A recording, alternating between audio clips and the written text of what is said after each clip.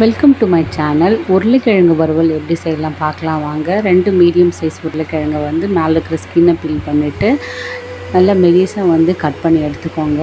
எந்த அளவுக்கு நீங்கள் மெலிசாக கட் பண்ணுறீங்களோ அந்த இடத்துல சீக்கிரத்தில் வெந்துடும். அதோட மசாலாவும் நல்லா கோட் ஆகும். கேஸ் அடுப்பில் ஒரு பேன் வச்சு 1.5 டேபிள் ஸ்பூன் நான் ஆயில் விடுறேன். எண்ணெய் சூடானதுக்கப்புறமா 1/4 டேபிள் ஸ்பூன் சீரகம் ஆட் பண்ணுறேன். சீரகம் சேர்த்த உடனே நீங்கள் ஃபயர் லோ ஃப்ளேமில் ஆக்கிடுங்க. 1/2 டேபிள் ஸ்பூன் உளுந்து நான் ஆட் பண்ணுறேன். உளுந்து லைட் ப்ரௌன் கலர் ஆனதுக்கப்புறமா ஒரு மீடியம் சைஸ் வெங்காயத்தை ஹாஃப் கட் பண்ணி இதில் நான் சேர்த்துருக்கேன். வெங்காயம் சேர்த்துட்டு ஒரு கரண்டி வச்சு நல்லா கிளறி விட்டுட்டு ஒரு கொத்து கருவேப்பிலை நான் இதில் ஆட் பண்ணுறேன்.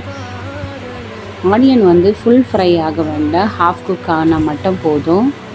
இந்த ரெசிபியை பார்த்துட்டு அப்படியே செஞ்சு சாப்பிட்டிங்கன்னா ரொம்பவே டேஸ்ட்டாக இருக்கும். 1/4 டேபிள் ஸ்பூன் சால்ட்டை நான் இதில் ஆட் பண்ணுறேன். சால்ட் ஆட் பண்ணதுக்கப்புறமா நம்ம கட் பண்ணி வச்சுருக்கேன் உருளைக்கிழங்கு இதில் நம்ம சேர்த்துடலாம். உருளைக்கிழங்கு சேர்த்ததுக்கப்புறமா ஒரு கரண்டி வச்சு நல்லா கிளறி விடுங்க. நல்லா கிளறி விட்டதுக்கப்புறமா ஒரு மூடி போட்டு லோ ஃப்ளேமில் ஃபயர் வச்சு ஒரு 3 மினிட்ஸ் நீங்கள் குக் பண்ணிங்கன்னா உருளைக்கிழங்கு ரெடி ஆகிடும்.